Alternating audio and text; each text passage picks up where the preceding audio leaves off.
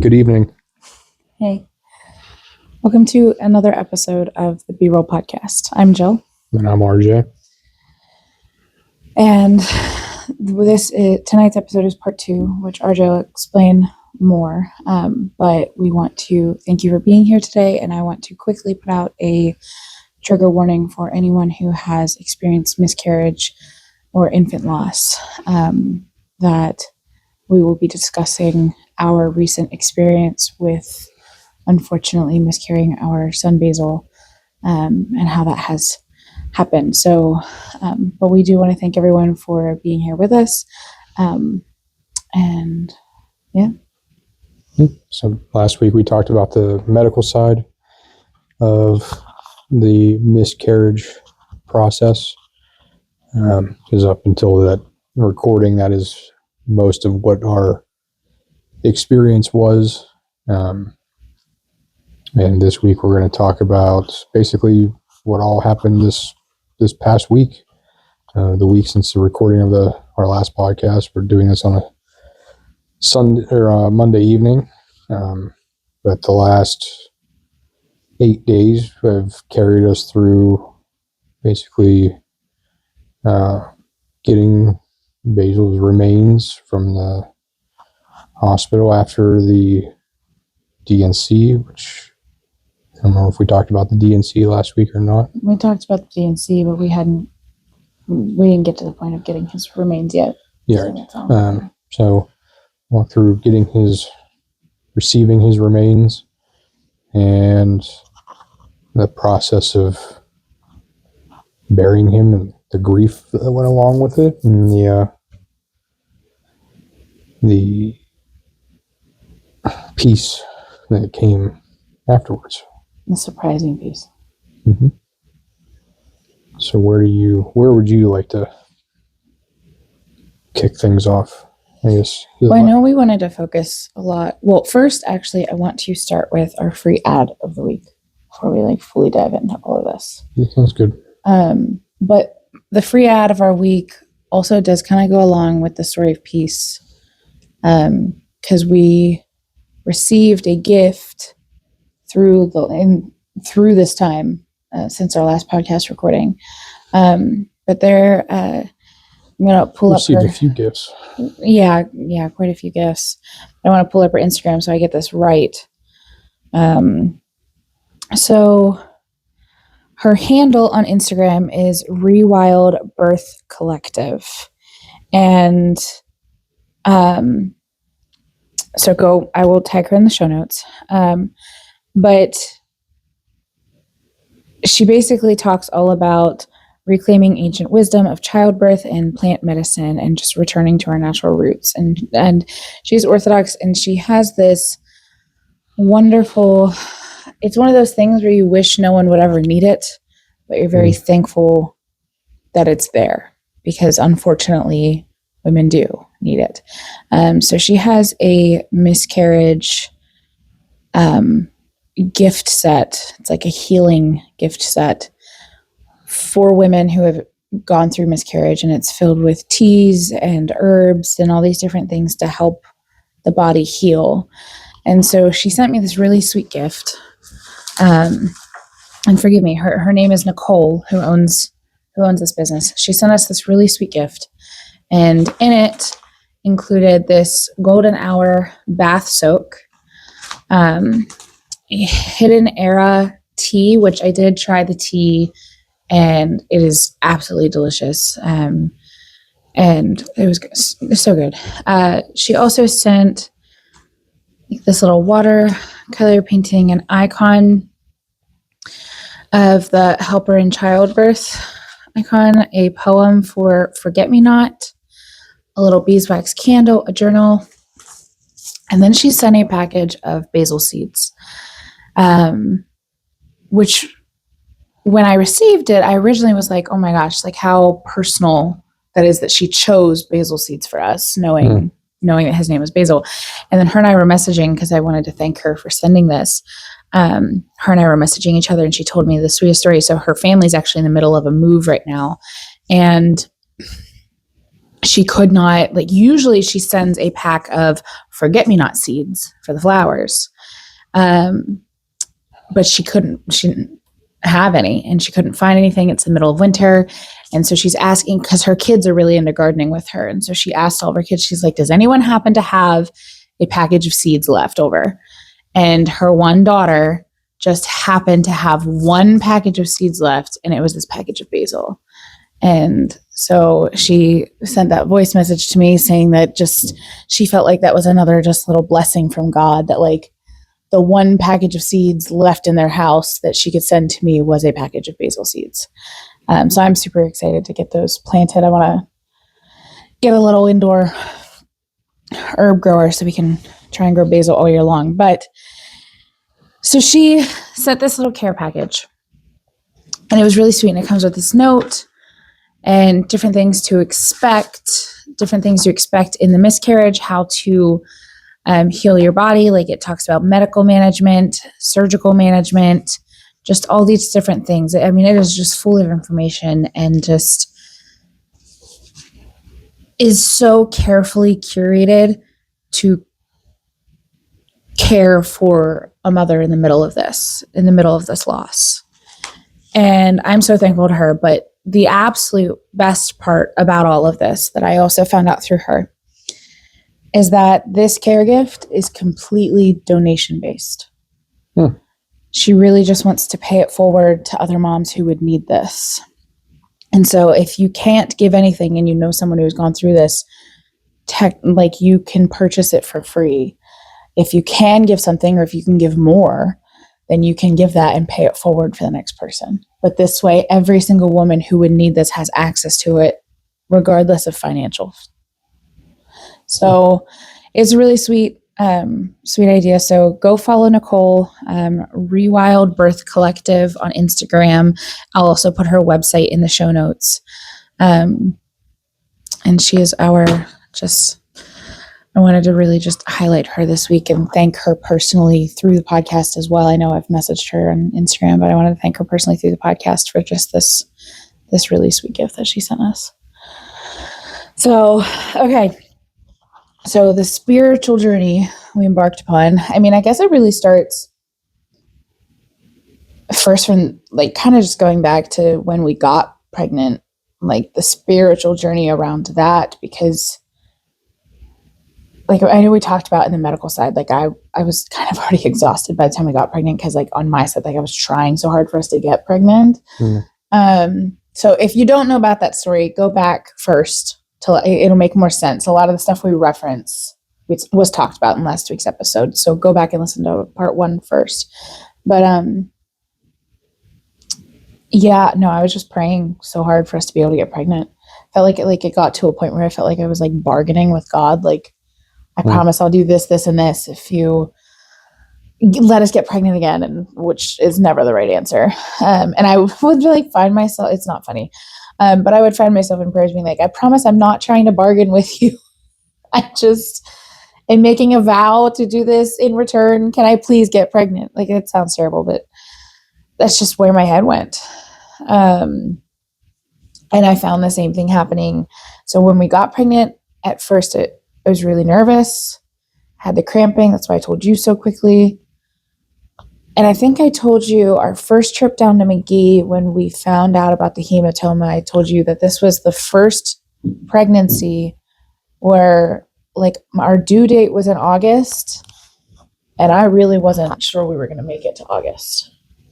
It was the first time, like, I really had that fear. Because obviously John happened so quickly, that was within a day, so I didn't even have time to build that fear. Our first miscarriage? Yeah, our first miscarriage. But the other 3, I never had that fear with them. It was like, no, this is their due date, and we're good. For some reason, I, like, Gemma, Henry, and Josie, I never had that fear. But with Basil, from the beginning, it was just this constant voice in the back of my head, like, I don't know if we're going to make it to August. Like, it just felt like such an uphill battle to get there, especially after we found out about the hematoma.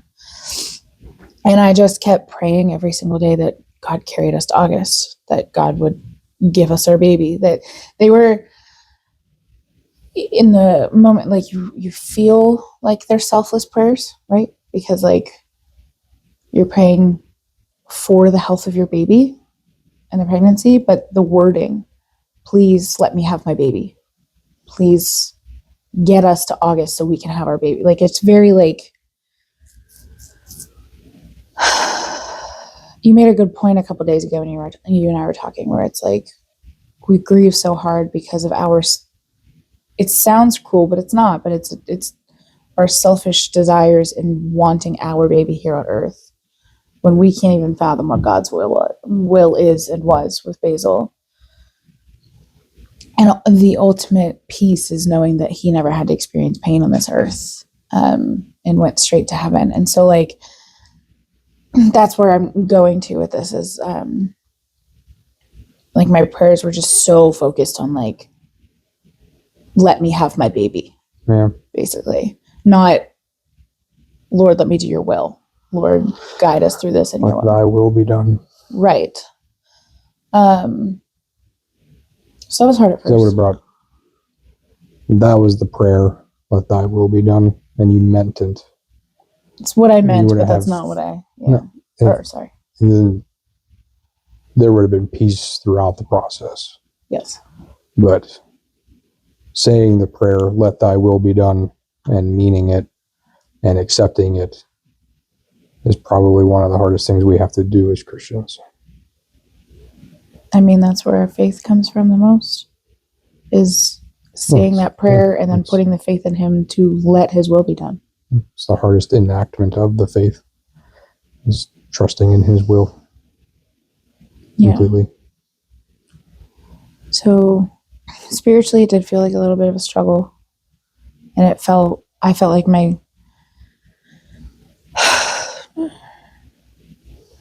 my faith wavered through that pretty hard. I mean, we told our loved ones quickly after the hematoma, quicker than we were expecting to tell anyone, but because we needed prayers. We were asking everyone for prayers. Our family and friends that lived close by, we were needing them to like know what was going on in case we needed someone to watch the kids. Which we did in multiple instances. Yeah. We asked everyone for prayers, but I did not actually spend time in my prayer corner praying. I found myself angry, more yelling at God than anything, if I was talking to him, because I was kind of angry with him. This is prior to the miscarriage. Yeah, prior to the miscarriage. This is me being frustrated with the hematoma, frustrated with the medical process, knowing with the pregnancy. Yeah, just knowing that it was already a hard pregnancy to begin with. Yeah, I felt the same way. I felt like we were asking everyone we knew for prayers, but I'll speak for myself that I did not pray as much as I asked for prayers. Same. And I don't think I opened my Bible one time, which is unlike me. Mm-hmm. I'm very good about reading my Bible every day. I'm better at reading my Bible than I am actually standing and praying in the icon corner. But I don't think I opened my Bible one time from the moment we found out we were pregnant. I was just I had my blinders on and was like, this is the only thing I can focus on right now. And then being put on the bed rest and everything else, like it was like I couldn't. The timing, as bad as this sounds, but the timing worked out because like Cece had stopped for winter. Like we were moving into like Christmas. It felt slower for us. There just wasn't as much going on. So me going on bed rest at that time was not bad at that time. Yeah, not as much of an impact to our daily life. Right. Than when the homeschool co-op is going on. That's what CC is. Yes. But yeah, no. So it was an uphill battle, pregnancy-wise, but faith-wise, from the moment we found out that everything was going to be harder, which was a lesson we needed to learn also. We should have turned to prayer more. And that's my biggest regret. Not because I think it would have changed anything. It wouldn't. The only thing I think it would have given was more peace. which is what we needed. Yes, it was a very tumultuous pregnancy. It was trying on all levels. Emotion, like we were texting friends who had gone through similar experiences with similar hematomas, and I mean the emotional toll it took on both you and I, from like the physical aspect of what was happening to my body, but like it was hard because we had to put pause on a lot of things. You were taking on a majority of the load in the house since I couldn't do much. So do you want to talk about that a little bit? Because I feel like that spiritual side is important to this. Before this pregnancy, one of my spiritual struggles was resenting you whenever I felt like I was doing more in the house than you were. And this pregnancy and, the week leading up to our miscarriage and the week after, even as you continued to heal from the DNC, taught me that, well, it put me into a situation where I'm the only one who can do the housework. So shut up and do it, because what's the point in complaining? She can't. She's not able-bodied right now. It's not like she's sitting there because she's just being lazy. She can't get up. And I mean, even then, there's a little bit of a learning curve there at the very beginning. Like, is she at? This devil sows seeds of doubt. Does she really have to lay in bed the whole time? Can she do the dishes? Can she tidy up? Whatever it is. But I just got to a point where, like, no, in this pregnancy, this is what she needs to do. And then you start girding your loins for, is this how it's going to be the next 7 months? Because we were 2 months along, and it's like you start mentally preparing yourself for, all right, we're going to be in the long haul. And then even the 2 months after birth. So, this is end of December, and I'm staring down the barrel of, I've got to shoulder the load of the house and the kids until next October. So you can get through the entire pregnancy, and then your recovery afterwards, your 40 days, and you stop looking long term and you start looking at, what do I have to do tomorrow? And it has taught me a lot about not resenting your spouse when you feel like you're doing more. It's not a competition. We've had this conversation with our kids recently, is that you're there to serve the family and to serve the home. And it doesn't matter. It's not tit for tat. Just because you're cleaning up doesn't mean your brother has to clean up just as much as you. Same as husband and wife. Just because you're doing the dishes doesn't mean if she doesn't do them tomorrow night, you're going to get upset and you're going to have a talk. No, just serve. Just serve. Do the dishes. This goes for husbands and wives.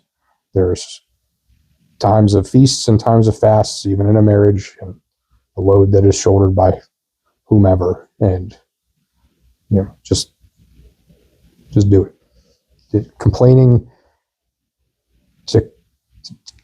just to feel heard is not, in my maybe cold and calculated opinion, is not helpful.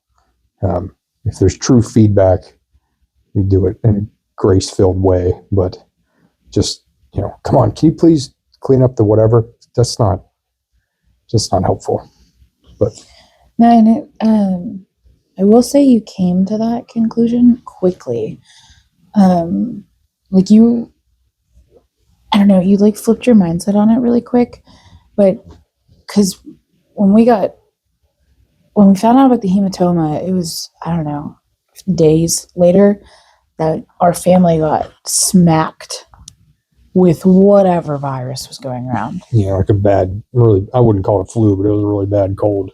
It was a really bad respiratory infection for Gemma and I, especially. And then it was, and it hit in waves. It didn't hit all four of you at the same time. It hit, you and Gemma, and then the two youngest after that. Yeah, but like I forgot about that. That's crazy. I've already forgotten about that.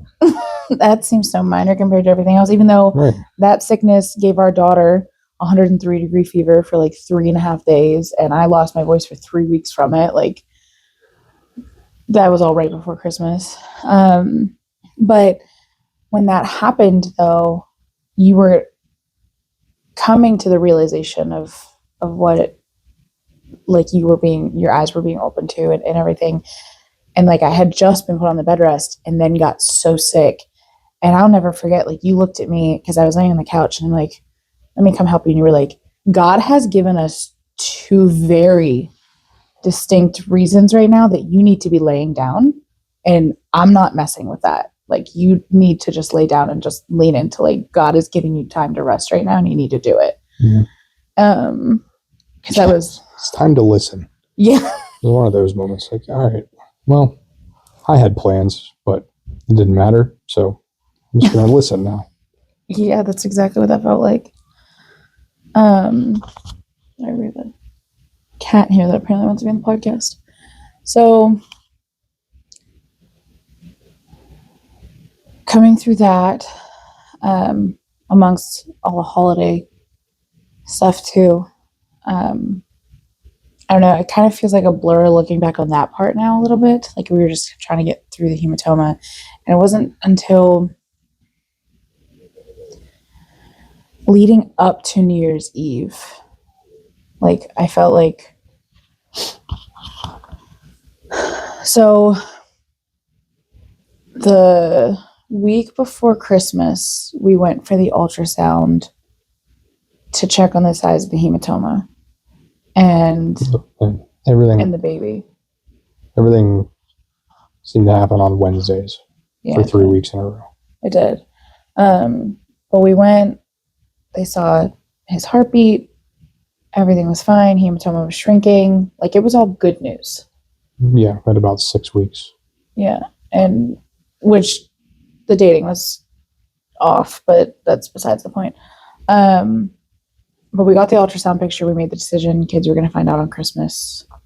And I feel like we've finally started to gain some hope. And I just started, like, in that moment, I was thanking God. And now I look back, I'm like, why wasn't I thanking him the whole time? Like, even though the pregnancy was hard, we still got pregnant. Like, thank you, Lord, that we got pregnant again. Literally what I'd been asking for months. Like, thank you, Lord. And I didn't do that, though. Well, I did. Like, as soon as the pregnancy test showed pregnant, I was like, thank you. But then as soon as the pregnancy got hard, my faith wavered. And that is an issue. Thank you. And then, why me? Right. So everything was getting better. And then I had that OB appointment right before Christmas, the Monday before Christmas, where, again, she just did the mini ultrasound, saw the heartbeat, hematoma went to the bottom. Like, everything was looking good. And I finally was starting to get hope. And I was like, maybe we are going to make it. Like, maybe this hematoma is going to heal and everything's going to be fine. We're going to get through this.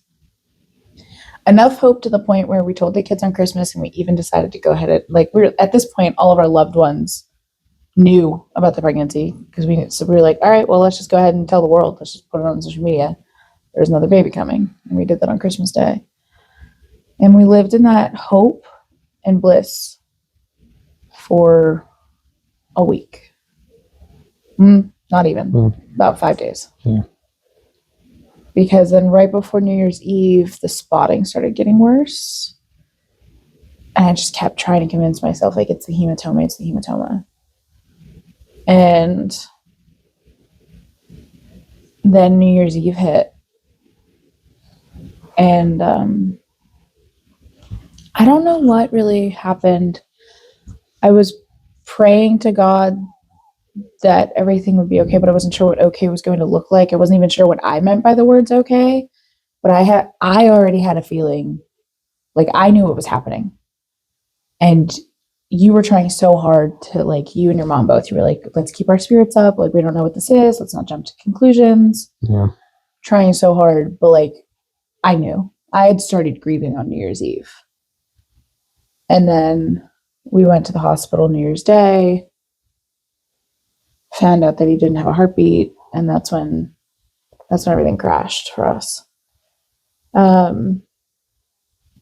But simultaneously, in that hospital visit, and I talked about this in my Instagram post, was like the first wave of peace, because we named him after St. Basil, since it was January 1st, and that's St. Basil the Great's feast day. And our first miscarriage, John, is named after St. John Chrysostom, and the two of them are two of the three holy hierarchs. So to me, that was like a little thing from God, of like a comfort of like, you've got two of the three brothers, basically. And we gained another very powerful intercessor for our family. And so like that was the first, I mean, it was the thick of the grief. We had just found out, and I put all of the blame on myself. Like, I was fully convinced that this was my fault that we lost Basil. But knowing that that was his name and that we could remember him as Basil after St. Basil did bring comfort and peace. I don't know about you. Not in the moment, I guess. I was still working out through, logistically what needed to happen in the coming days, more than I was concerned about finding peace or, working through my grief. It was just, okay, what's next? Well, I wasn't necessarily looking for peace at the moment, but looking back, I noticed the little pieces of peace that God was starting to lay before us that I think built up to Friday. That's good. I did not notice them, so I'm glad you did. Well, I listed off the six that I noticed throughout the whole week. And so the first was him being named that. Okay. I want to make sure I get them in the right order. I haven't heard these yet, so. Okay. Well, I want to make sure I get them in the right order. Okay. Because it took me a while to type all this up as I was thinking about it. Okay. So the first was that he was named after another one of the holy hierarchs. The second was knowing that we were going to get his remains after the D&C. Yeah, that was a question for a little bit. Yes, and we weren't. I mean, it wasn't confirmed until after the D&C, but it was promises made, but it was. We were prepared for it to go either way. Yeah, I mean, the OB was confident, but still, but it was a big wave of peace, knowing, because that's not the case in most miscarriages, and so we were that early. We were 8 weeks and 2 days for reference. But yeah, so being able to get his remains from the D&C was the second wave of peace. The third was the way that our community and our family came together that week. We were taken care of meal-wise. We had gifts sent from a bunch of my community members online, and I can't thank you enough. And they came like the day before the burial, and it was just so needed in ways that I didn't even know, and so appreciated by both of us. But we had meals brought to the house almost every day. People, like, we had some friends send gift cards even for like Grubhub and stuff.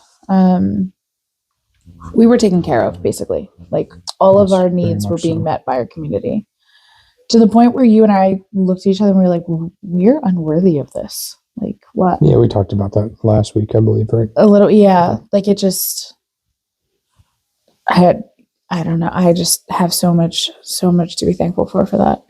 The fourth wave of peace for me came from Father John and Holy Transfiguration Monastery. So Father John is our priest, and he organized, between you and him, but he organized everything for the burial and made it a priority, made sure it was going to happen. And we have never been to Holy Transfiguration. I mean, he serves there often, but we'd always talked about wanting to go, but we had never been. Yet this monastery opened their arms to us so lovingly, had his grave already dug for us. Like, they were there for us. And now at every divine liturgy, Basil's name will be remembered eternally, because he will be prayed for, since the monastery prays over all of the departed that are buried in their cemetery at every Divine Liturgy. So Father doing that, Matushka checking in often, who's gone through this pain herself, even. Yeah. The number of women that have gone through this, even, I mean, just, I'm not on your Instagram, so I don't know. I know you've gotten a lot of support from women online who have gone through this, but even just the women in our community, the women that you see frequently, to be able to open their hearts to support you, having gone through something similarly, it's a beautiful thing. It is. It's also heartbreaking that many women have gone through it, but it is. Yeah, I mean, we have like our own village, basically. You go through this, when one of your friends goes through it, it can be heartbreaking all over again. And to shield this person who's currently going through it from your own heartbreak, even, and only give forth like loving support is impressive and much appreciated. Yes. I will list a 7. Well, so it's not in order because it's an extra layer of piece I'm going to put. I did not put it in the post on purpose because I did not want to announce this like publicly in the Instagram post. But I had a friend go into labor during that week who I was supposed to do, she had asked me to do her birth photos. And I was still able to go do it. And you were worried. Obviously, it was a very hard week for us. So we were nervous about me going to the birth, but honestly, I felt so honored to be there with her in that birth space. And like, in a way, that also felt healing. Seeing her baby be born and being a part of that with her, that was another wave of peace for me. And I was just so honored to be there for her for that. But I listed here. So the 5th wave of peace came from you.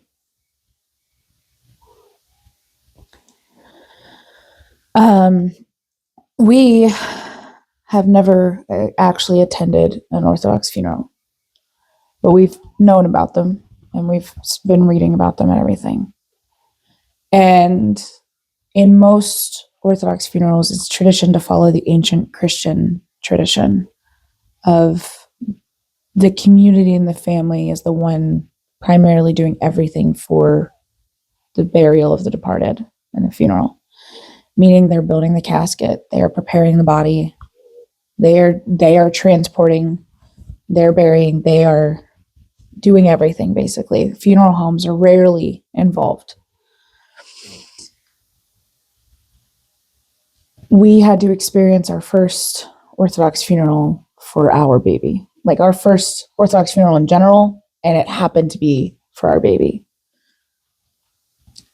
You did arguably the hardest thing any father ever would have to do. You built his casket.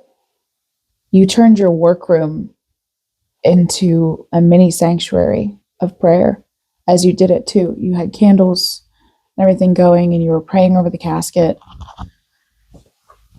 And each of us got to put a scoop of dirt in, but ultimately you filled his grave. You buried him. And I mean, I know that your heart was as equally shattered as mine. We lost a child.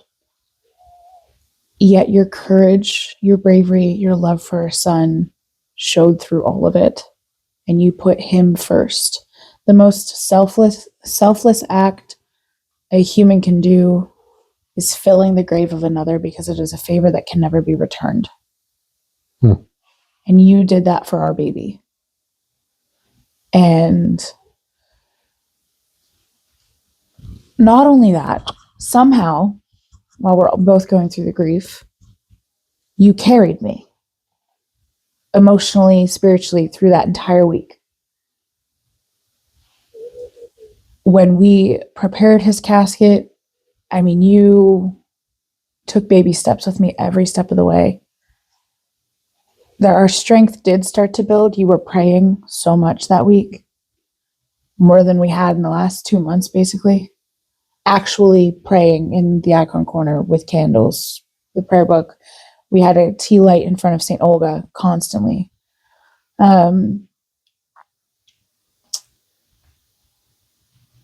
And you like, I don't know how you did it.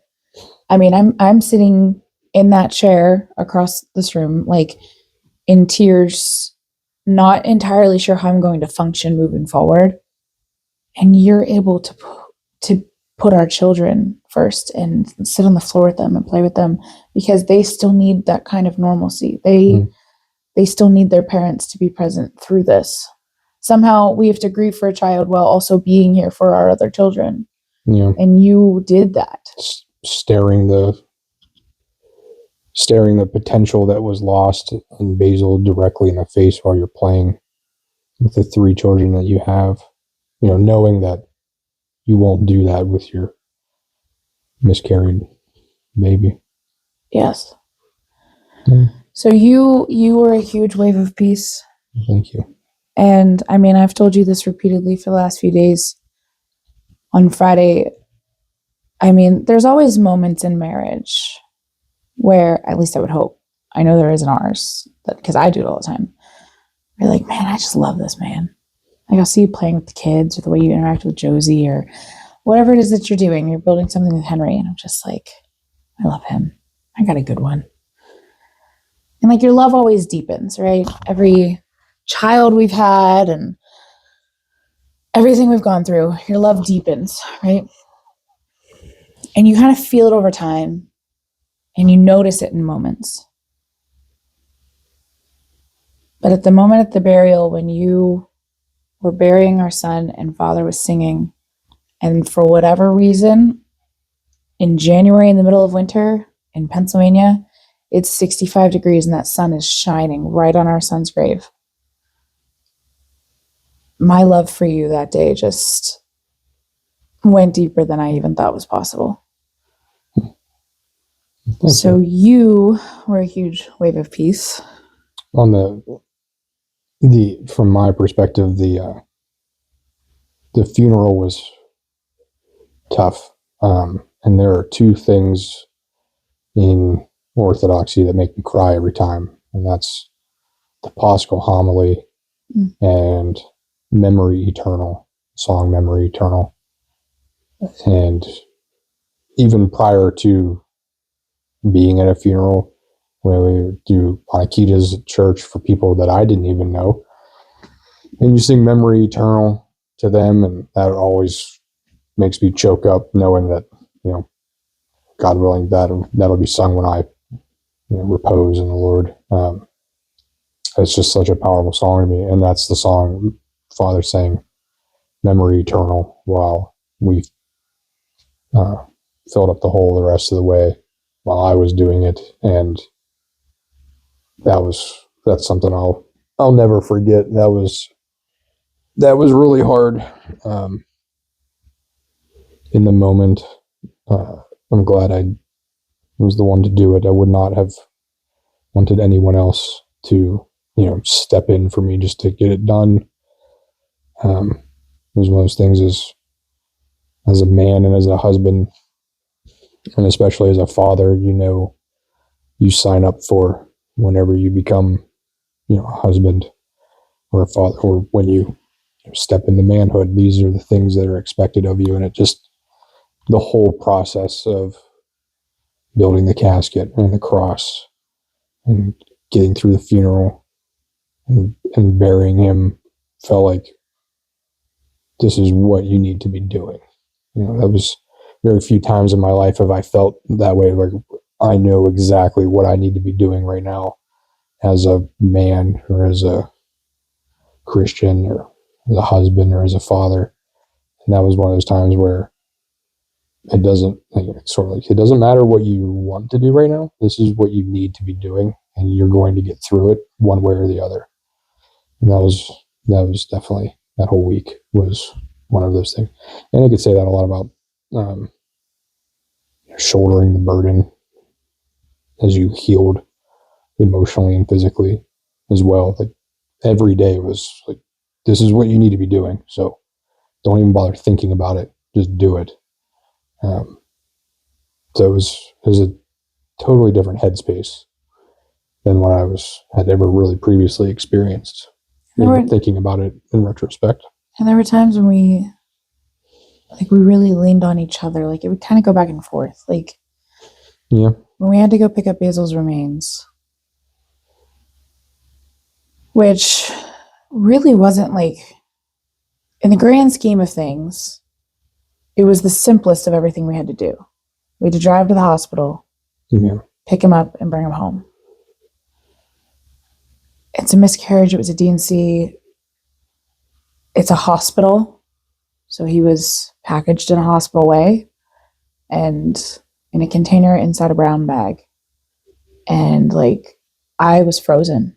He was in my arms, and like, you walked me to the car, and I stayed frozen like that the entire 40-minute drive home. Just, that's not how he was supposed to come home. And I was like a shell of myself that night, it felt like. And you, anytime, I also like, I mean, you've always done this in our marriage, but especially during that week, like anytime I needed to talk, even if everything I was saying was wrong, even if it was like me just blaming myself, and it was just, even if what I was saying was completely, you listened the whole time and you talked me through it. But most of the time, you just listened. And I greatly appreciated that. But we leaned on each other because I mean, this is more yours to share if you want to, but I mean, there was a moment in building the casket, you needed a minute. Oh, yeah. I'm fine talking about it. I mean, maybe it's a little bit of levity to this conversation, but yeah, you were upstairs, I think, resting. You couldn't hear me in the basement. I'll say it gently, correcting the children downstairs. That kept bothering me, and I'm trying to do this what I consider this very solemn thing in a space not totally segregated from our children. And whenever they have access to you, they will use that access as they see fit, not as you see fit.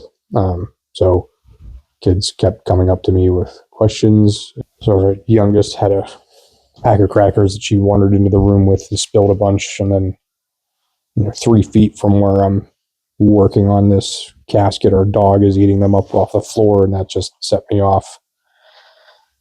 And then that was like the final straw. I was already growing frustrated. And then I walk up the stairs, and our youngest is walking down the stairs with another whole pack of crackers that I pulled out of her hands, and for whatever reason walked in the dining room and spiked a pack of crackers off the floor. Because when I get overwhelmed, I throw things rather than punch stuff.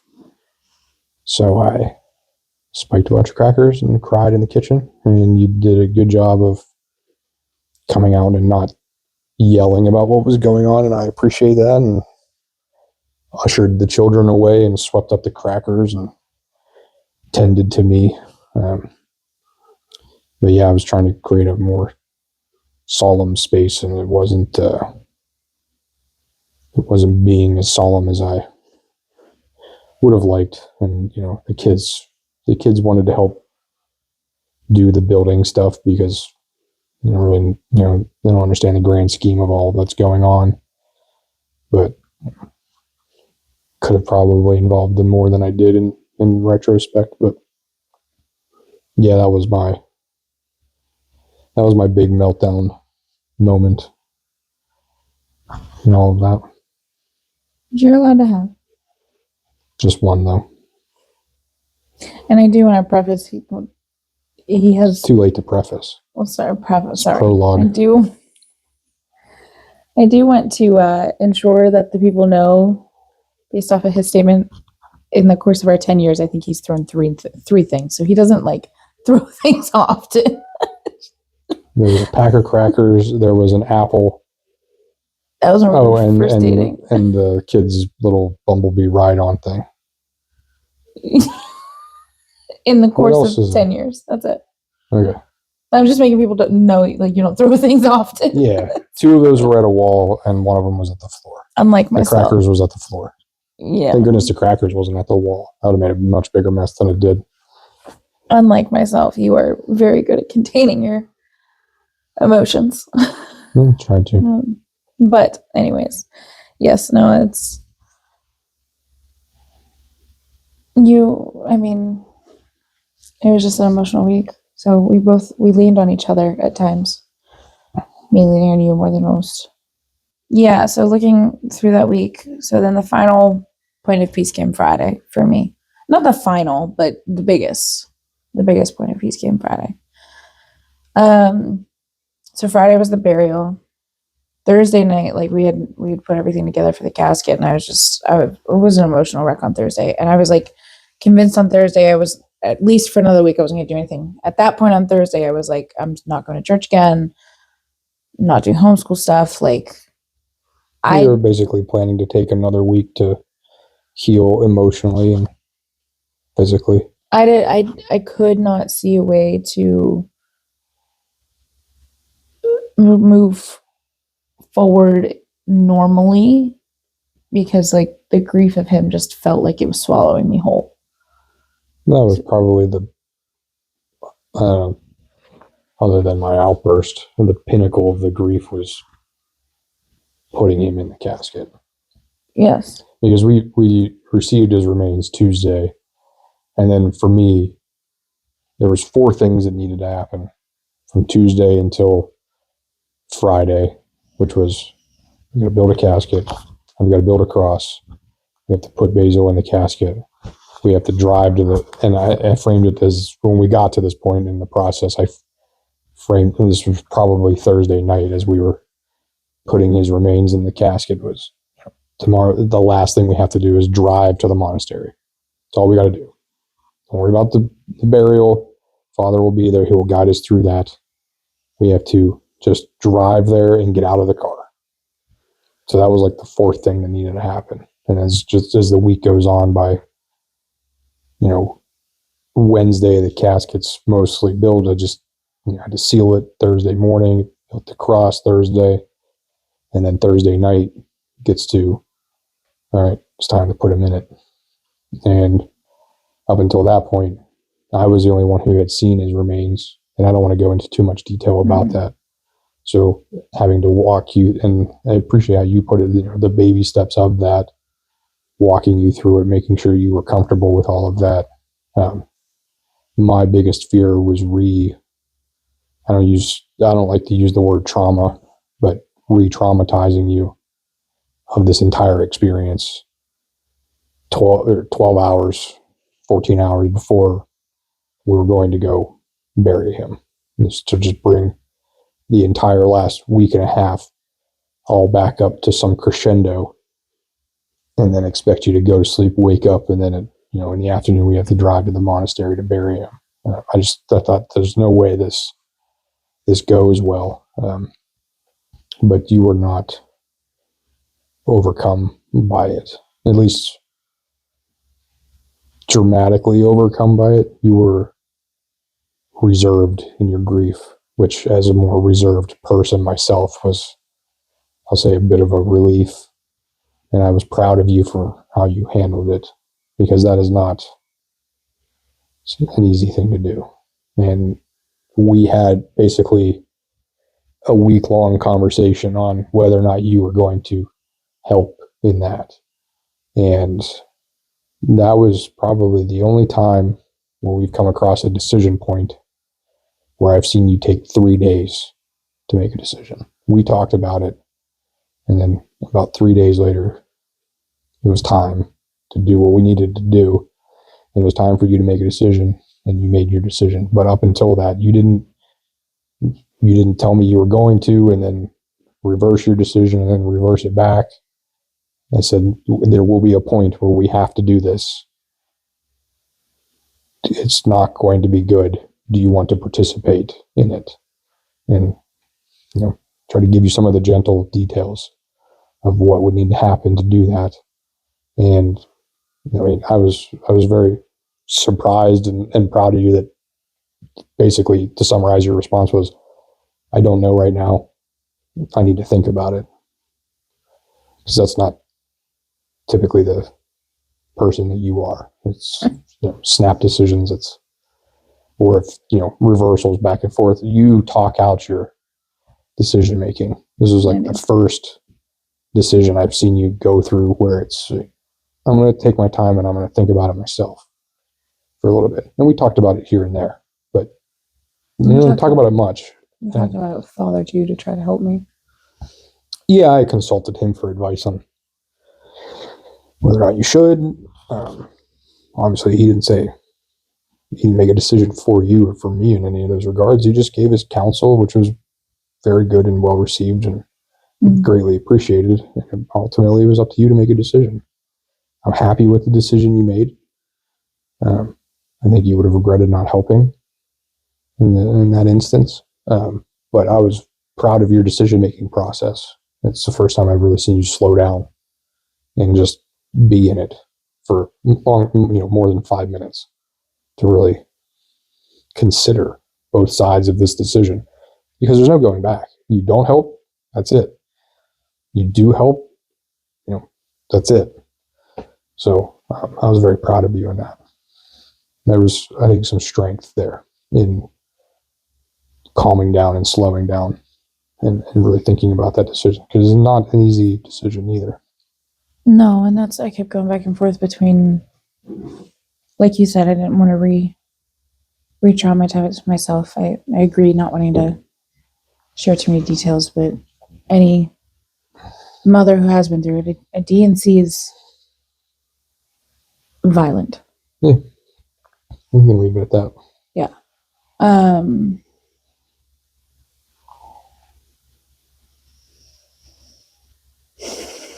But as his mother,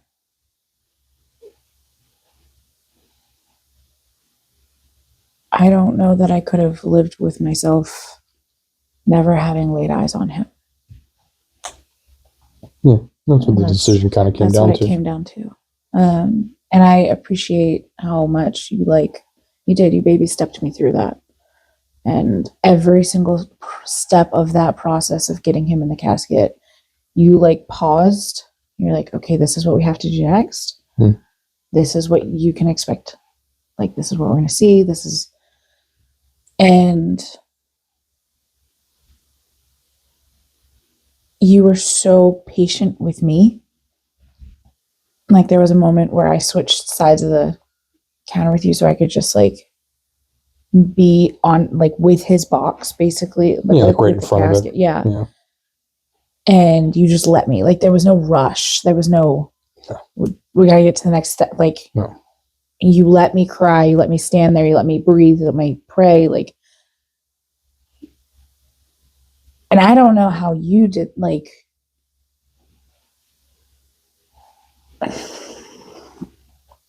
mean, it's not a competition, but you had the hardest part of that process. But you took that on yourself in a way that I'm also proud of you. It was kind of like in the sense of the medical way of it, it was a closure the way our marriage, you and I worked with that my body went through everything. I had the D&C, my body, but you took on the physical process of placing his remains in the casket. Mm-hmm. So we as a married couple did work together on all ends of that. And I appreciate you for that too. And then, so we put him in his casket, and you brought him over here so I could just sit in the recliner and just be with him that night. And everywhere he was, you made sure there was a candle by him. And I appreciate that in you, because I honestly would not have thought about that. It's just nothing felt adequate. No, it didn't. For the casket, when we lost John, I made a cross because there were no remains. So I made a cross. It's in front of our house. It was in front of our house in South Carolina. It's moved up here with us. Eventually, it'll become so weathered I need to replace it. But until then, it's still the same cross. And I have the power tools to make it go faster and easier and more accurate and look nicer. But my goal with that was I'm going to do this by hand. So it's, everything was sawed by hand, carved out by hand. The purpose of that to me is that it should be as quiet as possible. And that, honestly, some of that harkens back to my Masonic days when they talk about in some of their rituals the building of the temple, and that it's done with wooden mallets. So no, I forget the exact verbiage, but it's basically no tools of iron are used in the building of the temple. This is how the story goes. I believe it's pulled out of the scriptures. I don't know exactly. I never went back and consulted what the actual scripture says. I'm just referring to our ritual as it was laid out in the lodge. But it was that no tools of iron. I don't know if they basically no tools of iron or no tools of war are used or of violence are used in the building of the temple. So it's done quietly. So stones are set with wooden hammers rather than iron hammers. So it's quieter. And for whatever reason, that stuck with me whenever we lost John. It's like, I'm going to do this quietly. It's not going to look as nice. It's not going to be as well done. But this is what I want to do. And then I repeated that process. But building a box when you're not a carpenter by hand is not as easy as it would be to line everything up, get nice clean cuts with saws and all that stuff rather than sawing it by hand. So to me the final, when I looked at the final product, I was like, this could be so much better. But I was glad that I went through the process of it was quiet and there's minimal noise during it other than interruptions by children. But during the whole process of building the casket and the cross, everything we did around that, just none of it felt like it was going to be good enough. Even going to the store to buy the materials, like there's, do I get this piece of wood that's this price or this piece of wood that's this price? And you're like, building a casket for my son, the hell am I weighing financial decisions on this for? But I mean, you go get when you got nails, make sure everything got nailed together and it looked nice. And I was like, none of this feels like it's adequate. I got oak boards from Home Depot to build a casket. Like, make it out of gold. None of this is adequate. Whatever I do, it is inadequate. But when I finished and it was stained and sealed and glued the cross on the top of it that we had previously, I sent a picture to David, Father David, my godfather. His response was basically, that looks great. And then his next sentence was, you honor him, Basil. And that, I'm starting to tear up a little bit about that, about his response. But that meant the world. Like, no, you said it looked great. You praised me in a lot of ways about how nice it looked. Another friend that I showed the pictures to, that he said, that looks great. And I even told him, like, I'm not going to crap on my own handiwork on this. Like, there's no point in being self-deprecating for this at all. But when Father David said, you honor him, that was like, that hit home, because the whole process up until that point felt like, Lord, I'm just doing the best job I can right now, but I know none of this is adequate for the situation. And him saying that felt like that was probably a point of peace for me. Like, thank you.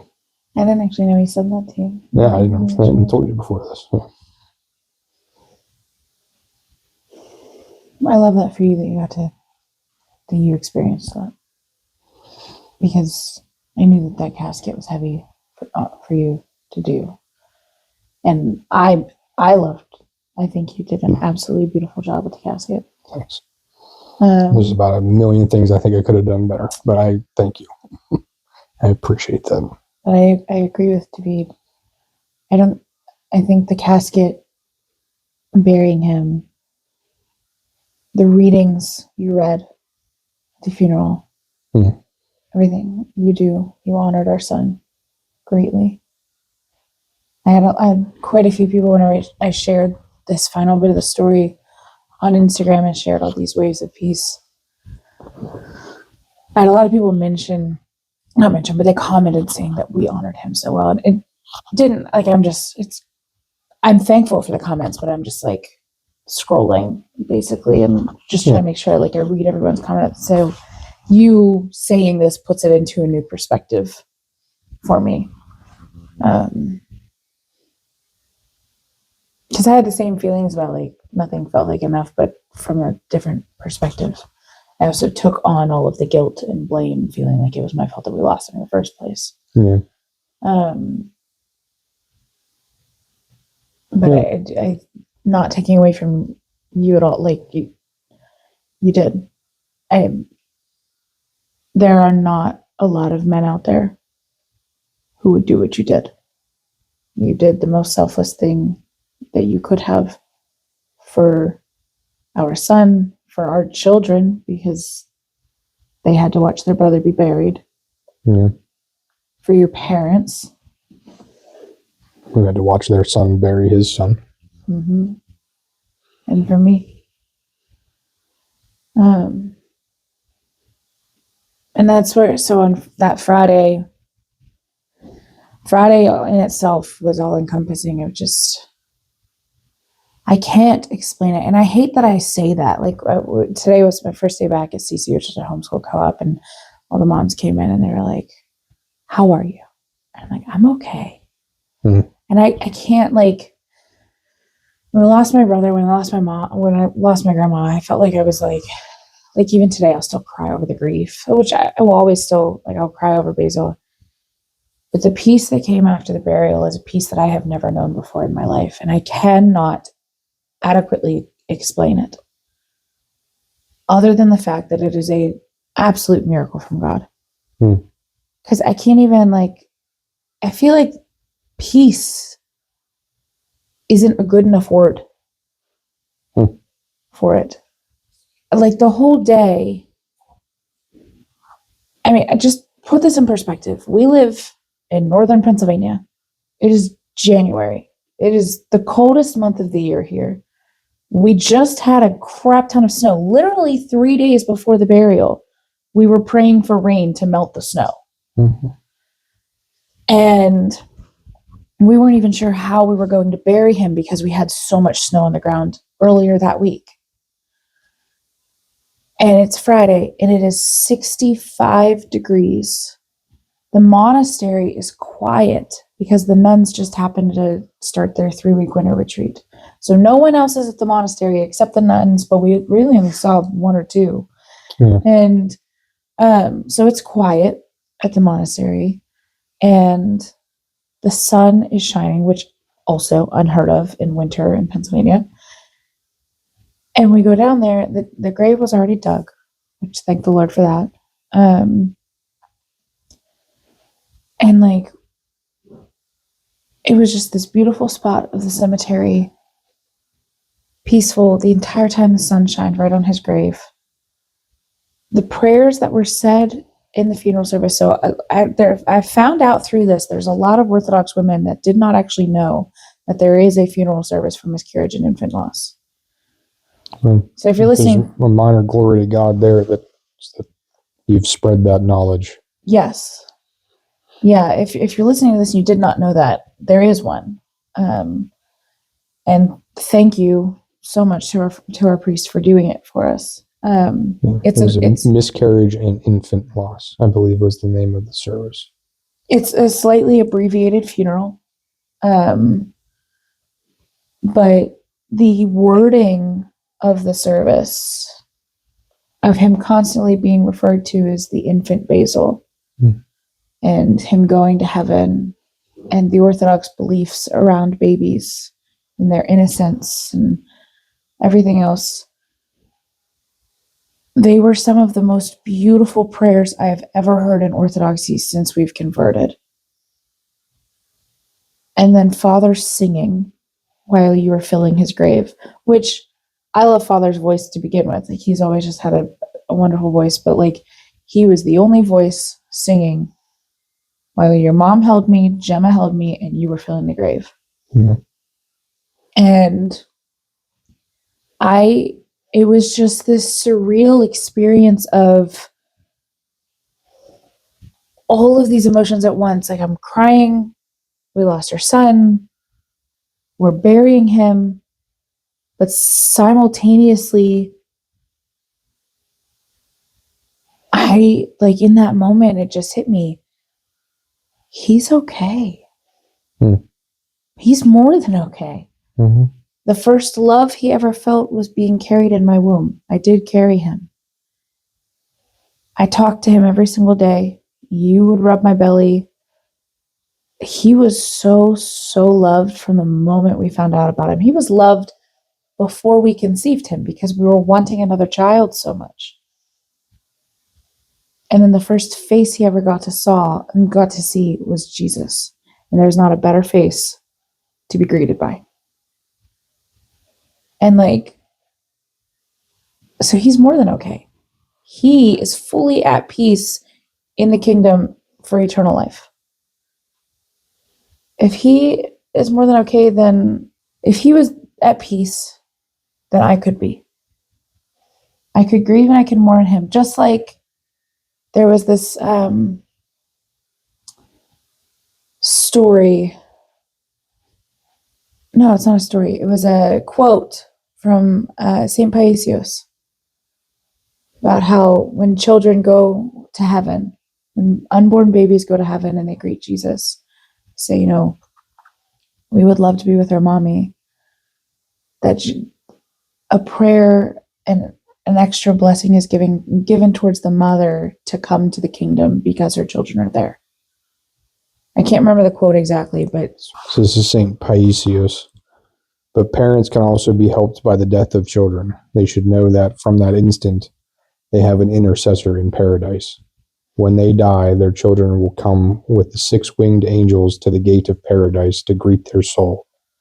This is not a small matter.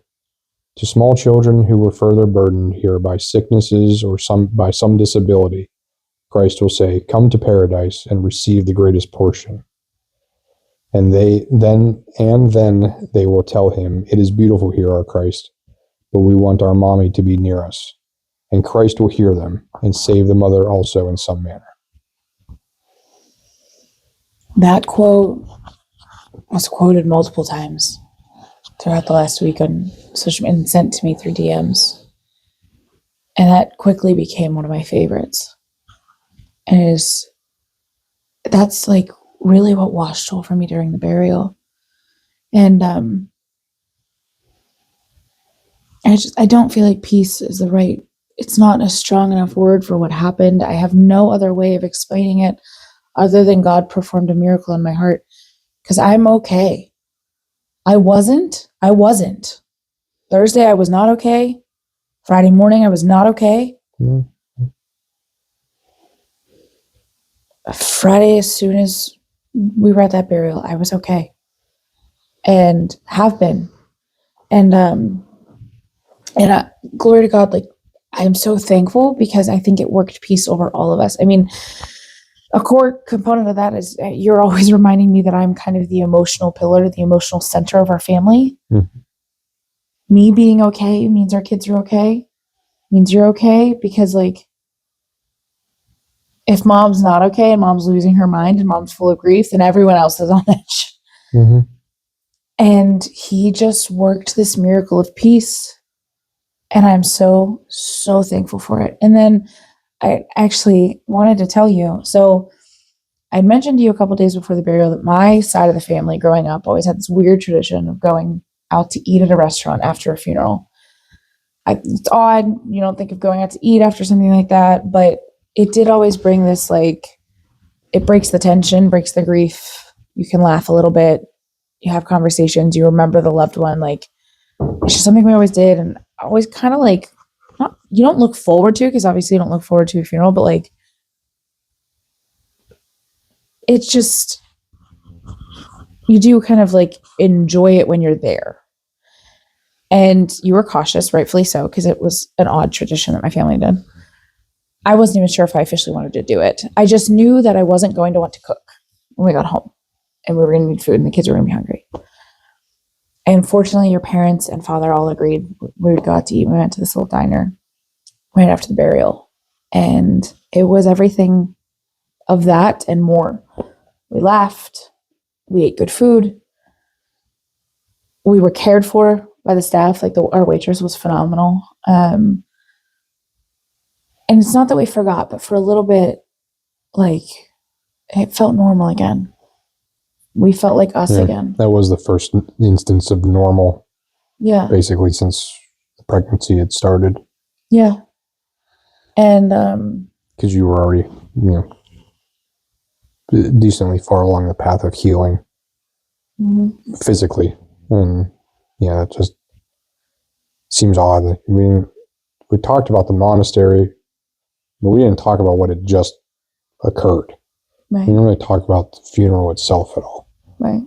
And it seems weird to say that, but it also felt like the funeral was the point of finality. It's like, we've talked about this, but when you walk down the hill with Basil in your hands to go to the cemetery, you were Jill. And when you walked back up the hill from the cemetery, you were Mary. And that was the moment that happened. Your old self to your new self, Jill being the old, and your baptismal name of Mary being the new self, and this new peace in Christ, and embodying that fully as Mary. And that's when it happened. If you'd taken pictures of everyone's, at least our faces, walking down there and walking back up, it's two totally different experiences. But the dinner helped propel that feeling further. Even just our conversations after the funeral service, as we had walked back up, were more lighthearted almost immediately, and not in a flippant way, but just a bit of a, just like there's this exhale, like he's good, Basil's good. So yeah, that I like that tradition. And it helped. When I posted about this online, Roberta, who's my cousin in North Carolina, actually commented, and she goes, "I love that our family tradition was remembered and brought you peace through this." Because I knew exactly, that's just the side of the family that it comes from. And I meant to tell you that earlier, but that is it just kind of came to a close. And then by Sunday, my body was healed. Yeah, Saturday night, and you're not spotting anymore or anything like that. And for the first time over a month. Yeah, not cramping or anything. And that has been a bit of a spiritual journey too, like remembering that you're okay now. We've spent basically the greater part of 3 months. She needs to be not doing this. Like, I got to do the laundry. Got to get the dishes in before you go to bed. So they got clean dishes for in the morning. Tidy up. Put the kids to bed. Now I have to remember, not in like a bad way, but like, yeah, she can do some of these things now again, which is good. Hope you didn't get too used to it, but I've had to kind of undo a lot of that, and not just do it without communicating just because I'm the only one available. Now there's been a little bit more of a, hey, can you while I'm at work, can you get this taken care of, which has been a great help for me, even spiritually, a little bit after this has as we've come through this. But yeah, I just keep looking back and like I can now, like, and when you're in the middle of it, you can't see it.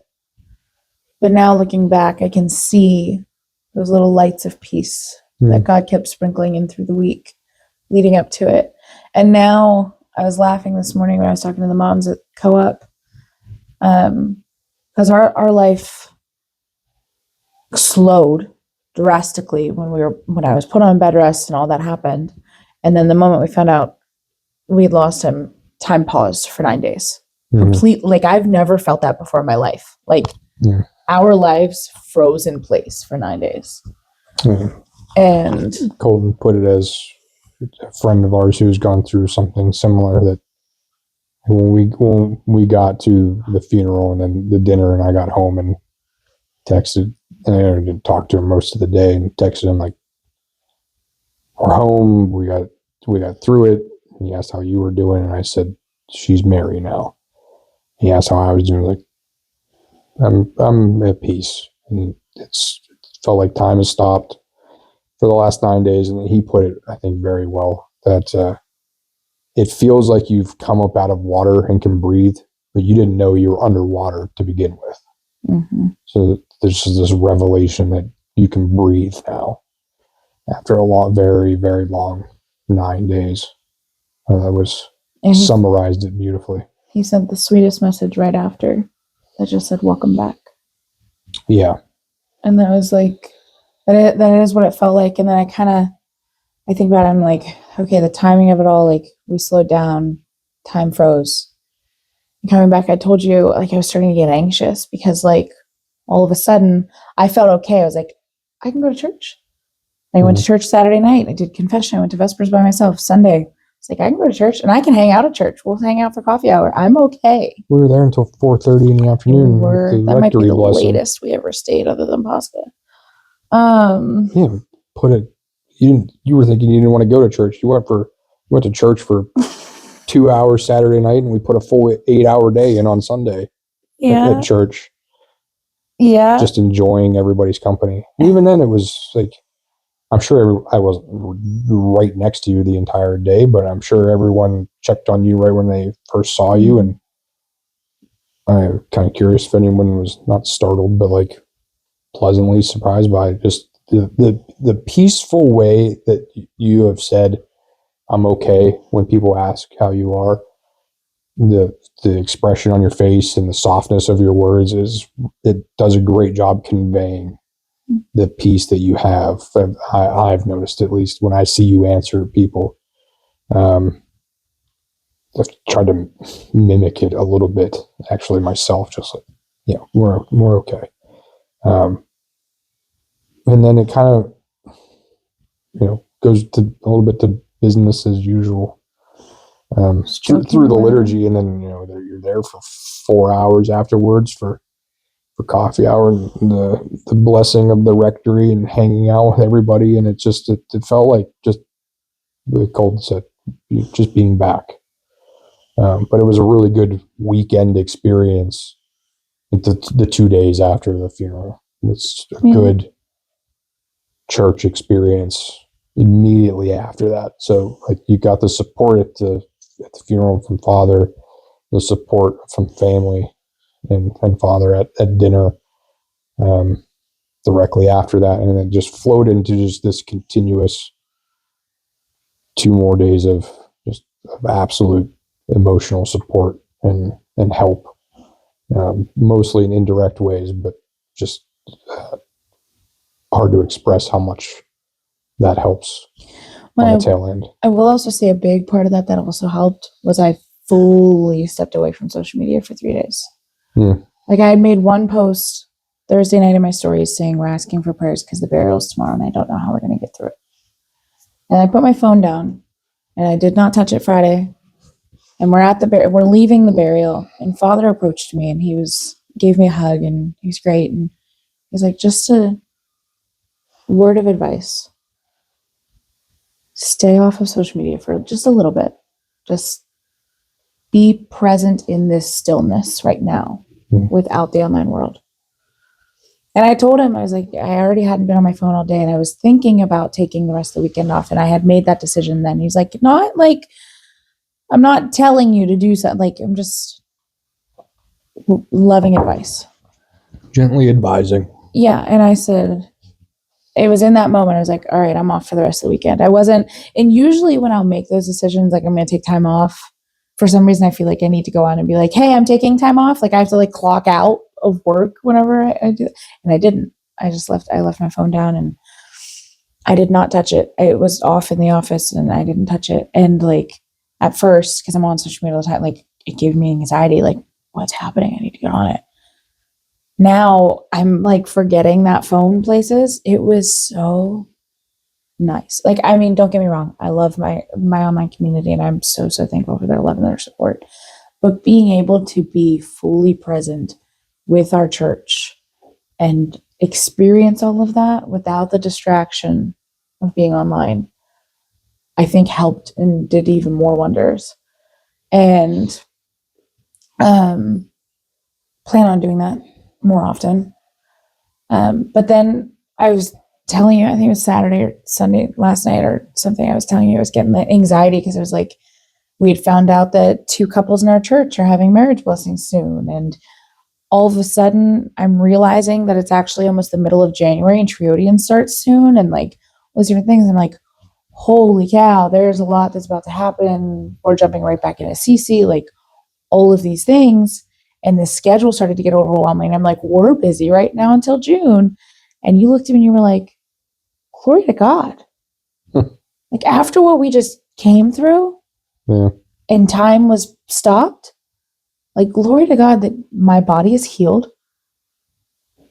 and we're able to do this and we're at peace and we can like, God has just laid it forward and we're able to go do this. Glory to God that 2 couples are being married in the church. Glory to God that we have how many catechumens being baptized soon. Like, this is amazing. We get to be a part of all of this and get to witness this and be there for our friends and celebrate all of these huge things happening. And I need to not have anxiety and just be like, you know what? Thank you, God. Like, yes, give it. Thank you. Thank you for this season. And then comically today, as I'm like thinking about this and talking about this with the moms, I get a phone call that I can go pick up my car, which is so stupid. But that car has been gone for also 2 months. And it was just like, the last little thing is like, all right, normal car too. Like finally get all of the pieces. I don't even want to go together. Get it at this point. Yeah. Right. Like that's a whole other story in itself. But basically we bought this car in September and we have not had it for 2 months. The entire length of all of this that has happened, we haven't had this car and we've been in a loaner. So like, it was just this tiny little comical, like, oh, life can resume fully right now. My advice to you, because you basically diatribed for 5 minutes on everything that needs done in the next 5 months, and my advice to you is whenever you do that, your last sentence should be like, tell me all the stuff you're anxious about, and then just, I don't even care if you do it spitefully, just say glory to God at the end of it. And the next time you make a to-do list or your chore list, or you write down your monthly plan of, look how busy our schedule is, at the bottom of it, write glory to God. I might start doing that like with work. I might put that in the planners for MBM Press. That's a good idea. Any last things to wrap it up? Just a thank you. A big thank you to everyone listening, watching. I'm creating the Instagram channel this week. So I'm pushing out this podcast more. But to my online community and to our friends and family here, we cannot thank you enough for your love and support and your prayers through this entire thing. And my biggest prayer for anyone who has experienced this is to learn from my mistakes of letting my faith waver and actually lean into God and ask Him that His will be done. Because only He can provide you with the miraculous level of peace that you need. But it's going to take you leaning into Him to get that. and trusting in him to get that. All right. We have a baby crying. Good night. God bless.